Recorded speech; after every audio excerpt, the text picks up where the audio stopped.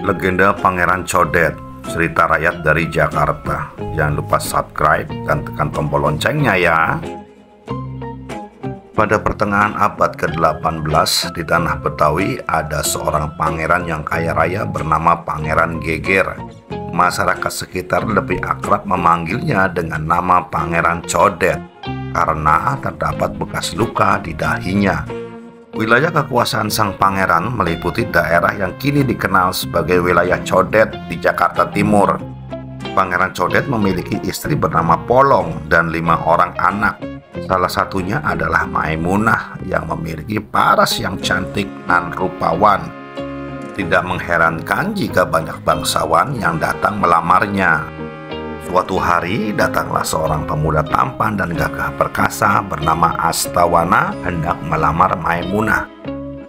Astawana berasal dari Makassar, Sulawesi Selatan, tapi ia sudah cukup lama tinggal di Betawi, tepatnya di sebelah timur Condet. Astawana terkenal memiliki kesaktian yang tinggi dan baik hati. Saat sampai di depan rumah Pangeran Codet, Astawana memberi salam.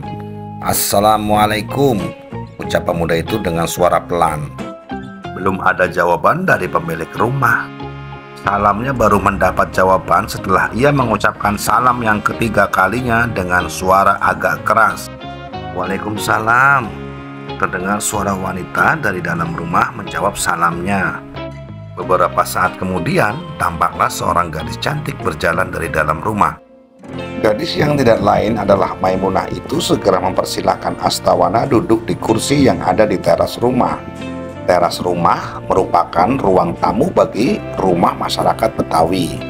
"Silakan duduk, Bang," ujar Maimunah.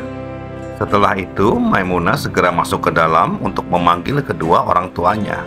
Tak berapa lama kemudian, Pangeran Codet bersama istrinya pun datang menemui Astawana. "Maaf anak muda, Anda siapa dan apa maksud kedatangan Anda kemari?" tanya Pangeran Codet. "Nama saya Astawana. Kedatangan saya kemari untuk melamar putri tuan yang bernama Maimunah," ungkap Astawana. Mendengar nama pemuda itu, Pangeran Codet dan istrinya tersentak kaget. Nama itu tidak asing lagi bagi mereka. "Pangeran Astawana yang terkenal sakti itu bukan?" tanya istri Pangeran Codet. Iya tuan," jawab Astawana sedikit gugup. "Kebetulan saja orang-orang di daerah ini banyak yang mengenal saya." Begitulah sifat Astawana. Meskipun memiliki kesaktian yang tinggi, ia selalu merendah. Hal itulah yang membuat Pangeran Codet dan istrinya terpikat untuk menjadikannya menantu. Tapi semua itu tergantung pada Maimunah. Mereka tidak bisa memutuskan atas kemauan mereka sendiri tanpa persetujuan dari putri mereka. Ketika Maimunah datang membawa minuman, sang ayah pun menyampaikan maksud kedatangan Astawana. "Putriku, duduklah sebentar," kata Pangeran Codet. "Ayah ingin memperkenalkanmu dengan pangeran muda ini. Apakah kamu pernah mengenalnya?" Maimunah tersenyum sambil menunduk malu dan kemudian menjawab bahwa ia hanya sering mendengar namanya saja, tapi belum pernah bertemu secara langsung. "Ayah hanya mengenal namanya, Beh," jawab Maimunah singkat. "Ketahuilah, kedatangan Astawana kemari ingin melamarmu. Bagaimana pendapatmu, putriku?" Maimunah tidak langsung menjawab dan termenung sejenak. Setelah berpikir bahwa Astawana adalah seorang yang sakti mandraguna, maka ia pun menjawab dengan mengajukan sebuah persyaratan kepada pemuda sakti itu. Lamaran ayah terima jika abang mampu membuatkan 2 rumah di 2 tempat yang berbeda dalam waktu semalam," pinta Maimunah. "2 rumah itulah sebagai mas kawinnya." Mendengar permintaan itu, Astawana tidak perlu berpikir panjang.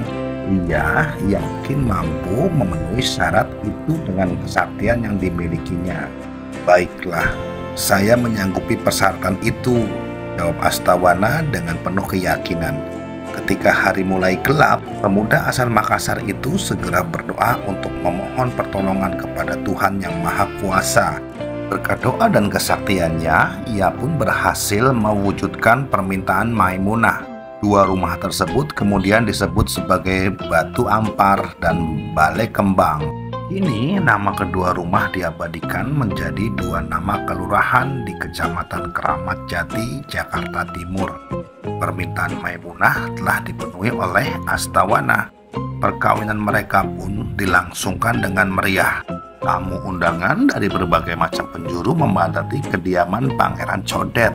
Kemeriahan pesta itu semakin terlihat ketika gambang kromong mulai dipentaskan. Alunan musik khas Betawi itu terdengar merdu menghibur para tamu undangan. Kedua mempelai yang duduk bersanding di kursi pelaminan tampak tersenyum bahagia menikmati kemeriahan pesta. Demikian pula Pangeran Codet dan istrinya turut bersukacita atas pernikahan putrinya. Selang beberapa waktu setelah pernikahan putrinya, Pangeran Codet meninggal dunia karena sakit. Seluruh harta kekayaannya termasuk tanah dan kekuasaannya diwarisi oleh Maimunah. Sejak itulah istri Astawana itu menjadi penguasa di wilayah itu menggantikan kedudukan ayahnya. Untuk menghormati sang ayah, Maimunah menyebut daerah kekuasaannya sebagai wilayah Codet, yang lama-kelamaan diucapkan dengan nama Condet. Maimunah adalah sosok yang adil dan bijaksana.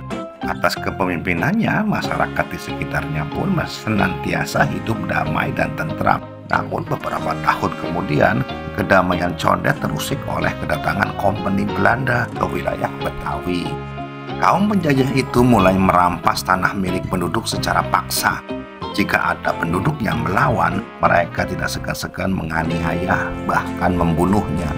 Salah seorang Belanda yang tinggal di sekitar Condet adalah Jan Amen. Ia terkenal kejam dan serakah. Meskipun telah memiliki tanah yang luas dari hasil rampasan, ia tetap tidak merasa puas. Ia ingin menjadi tuan tanah paling kaya dan menguasai wilayah Condet. Mengetahui Maimunah memiliki tanah yang luas, Jan Amen pun ingin merampasnya. Suatu hari, Jan Amen bersama antek-anteknya mendatangi rumah Maimunah. Dengan sebilah pedang panjang terselip di pinggang, Jan Amen berseru di depan rumah Maimunah, "Hei perempuan pribumi, cepat keluar. Kalau tidak, aku akan masuk memaksamu keluar," teriaknya sambil berkacak pinggang. Maimunah yang mendengar teriakan itu segera keluar bersama suaminya. Dengan tenang, putri almarhum Pangeran Codet itu menyapa Jan Amen dengan ramah. "Maaf tuan, barangkali ada sesuatu yang bisa ayah bantu," tanya Maimunah. "Aku kesini untuk meminta seluruh tanah milikmu. Cepat serahkan semua surat-surat tanahmu kepadaku. Kalau tidak, kamu akan tahu sendiri akibatnya. Pedang panjangku ini akan menebas lehermu," ancam Jan Amen.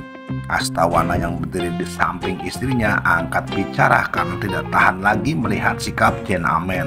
"Ini Belanda pengecut, beraninya sama perempuan saja. Lawan aku jika kamu berani," tantang Astawana seraya melompat ke hadapan Jan Amen. Jan Amen tersentak kaget dan mundur beberapa langkah.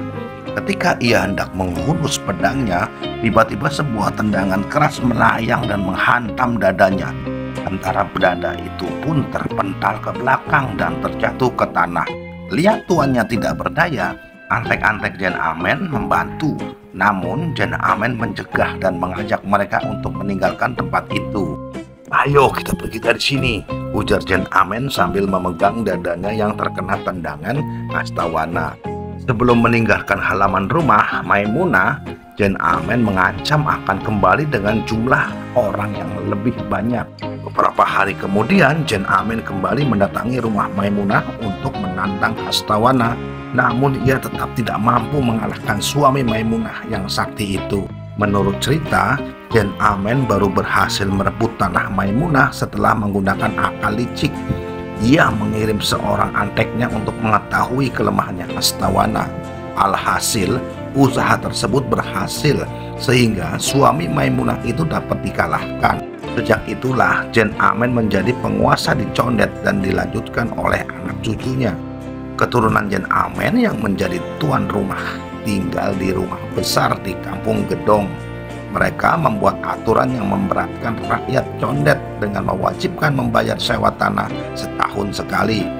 Selain itu, para petani diwajibkan melakukan kompenian, yaitu kerja bakti tanpa diberi upah untuk kepentingan tuan tanah. Semakin hari, kesewenang-wenangan kompeni Belanda terhadap rakyat condet semakin menjadi-jadi. Jika ada warga yang tidak mampu membayar sewa tanah, mereka tidak segan-segan merampas dan menyita barang-barang ataupun rumah warga itu. Tapi jika mendapati rumah sitaan yang rusak, mereka langsung membakarnya. Kesewenang-wenangan itu membuat rakyat condet resah. Oleh karena itu, pada tahun 1916, rakyat condet yang dipimpin oleh Entong Gendut bersepakat untuk melakukan perlawanan. Entong Gendut adalah seorang pendekar silat dari Batu Ampar yang juga bagian dari wilayah Condet. Ia dibantu oleh Astawana dan dua orang pendekar sakti lainnya bernama Modin dan Maliki, yang keduanya juga berasal dari Batu Ampar. Entong Gendut bersama kawan-kawannya mempersiapkan diri terlebih dahulu. Mereka melatih warga belajar ilmu silat. Setelah anggotanya mencapai ratusan orang, perkumpulan silat yang dipimpin oleh Entong Gendut itu pun mulai melakukan perlawanan. Mereka dipersenjatai dengan golok, tombak, keris, dan panah. Sementara itu, kompeni Belanda dilengkapi dengan senjata api dan senapan. Saat pertempuran sedang berlangsung, anak buah Entong Gendut banyak yang tewas tertembus peluru. Tidak sedikit pula anggota pasukan kompeni Belanda yang tewas terluka terkena bacok atau tertembus anak panah. Dalam pertempuran itu, rakyat condet akhirnya kalah. Setelah tentara Belanda mendapat bantuan sekompi pasukan, Entong Gendut pun tewas karena dadanya tertembus peluru. Sementara itu, para pengikutnya ditangkap dan dimasukkan ke dalam penjara. Tanah di wilayah Condet baru kembali menjadi milik rakyat setelah Indonesia merdeka pada tahun 1945, di mana hak-hak Jen Amen dan keturunannya dihapuskan.